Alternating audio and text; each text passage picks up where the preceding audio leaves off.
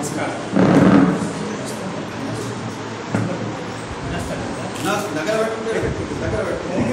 ఒక సాంప్రదాయం అనేది ఫంక్షన్ హాల్ లాంటి పెద్ద పెద్ద హాల్లోనే కాకుండా ఈ ఎడ్యుకేషనల్ ఇన్స్టిట్యూషన్స్ అనేటటువంటి విద్యా సంస్థల్లో కూడా ఇలాంటి సమావేశాలు జరగడం సంతోషం. కరీంనగర్లో ఇలాంటి సాంప్రదాయం ఉన్నందుకు మంచి జరుగుతుంది.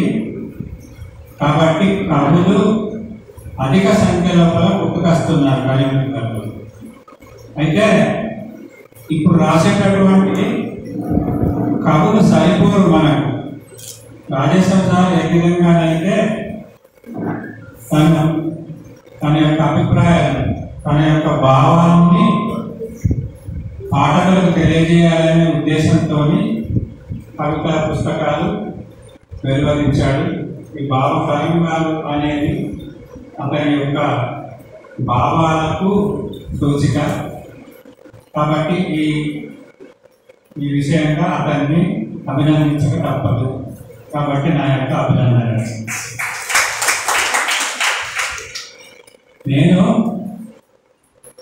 కూడా కొన్ని కవితలు రాశాను, కథలు రాశాను. అయితే ప్రతి ఒక్క మనిషి ఒక్క పుస్తకం అన్న రాయాలనేది ఒక నానుడి. ఎందుకు రాయాలి అని అంటే, రాయడానికి మనకు ప్రపంచ జ్ఞానం అవసరం. ప్రపంచ జ్ఞానం మనకు అవసరమైనప్పుడు మనము ప్రపంచంలో ఉన్నటువంటి వ్యక్తులకు ఏదైనా చెప్పాలనుకుంటే చెప్పగలం. లేకపోతే మనం చెప్పలేకపోతే ఏమవుతుంది అంటే మన అభిప్రాయాలు మన లోపలలోనే ఉండిపోతాయి. అలా కాకుండా మన యొక్క అభిప్రాయాలను చెప్పుకోవడానికి మనకు వేదికలు దొరకవు. కాబట్టి మనం ఈ విధంగా పుస్తకాలు రాసి వాటిని మనం సొంతంగా పబ్లిష్ చేసి వాటిని రిలీజ్ చేసినట్లయితే కొందరు చదివి అది బాగుంటే బాగుందని ప్రశంసిస్తారు, బాగా లేకపోతే ఇంకా బాగా రాయాలని చెప్పి మనకు సూచనలు ఇస్తారు. కాబట్టి ప్రతి ఒక్క వ్యక్తి ప్రతి ఒక్క పుస్తకం రాయాలని చెప్పి నా యొక్క అభిప్రాయం. నేను అదే ఆలోచనతోని రిటైర్మెంట్ అయిన తరువాత నేను 2 పుస్తకాలు తయారు చేశాను. అంతకుముందు నాకు ఈ రంగంలో ప్రవేశం లేదు. కొలిమి అనేటటువంటి ఒక కవితా సంకలనం, బతుకు బండి అనేటటువంటి ఒక కథా సంకలనం వెలువరించాను. ఈ పుస్తకాలు వెలువరించడంతో నాకు కొంత గుర్తింపు వచ్చి ఈ మీటింగ్ దాకా రావడం జరిగింది. ఒకవేళ నేనే కనుక అలాంటి శ్రద్ధ తీసుకోకపోతే నాకు ఇప్పుడు ఈ సమావేశంలో మాట్లాడే అవకాశం రాకపోతుండేది.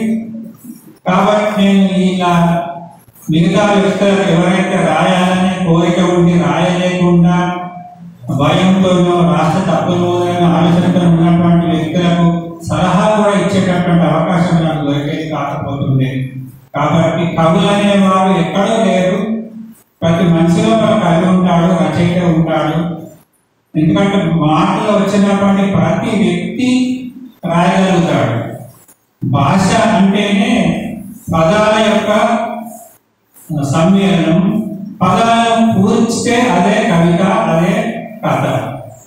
ఒక సంగీతానికి ఏ విధంగా అయితే సరిగమ పదని అనేటటువంటి 7 స్వరాలు ఉంటే వాటిని మనము మ్యాథమెటికల్ ఆర్టర్ లోపల కలిపి రాగం ఎలా తయారు చేస్తున్నామో మన లోపల ఉన్నటువంటి భాష, మనం నేర్చుకున్నటువంటి మన మాటలు, మనం మాట్లాడేటటువంటి వ్యవహారిక భాషనే మనము స్వీకరించి కవితలుగా రాస్తే మనకు కూడా మంచి గుర్తింపు వస్తుంది. మనం రాసినటువంటి పుస్తకాలు చదివితే మన లోపల ఏముంది, మనం ఏం చేయదలుచుకున్నామన్నటువంటి విషయం పాఠకులకు తెలుస్తుంది.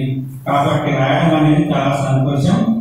రాయసం గారు మీ పాఠశాల లోపల మొదటి వ్యక్తిగా రాసి మీకు ఆదర్శంగా ఇచ్చాడు.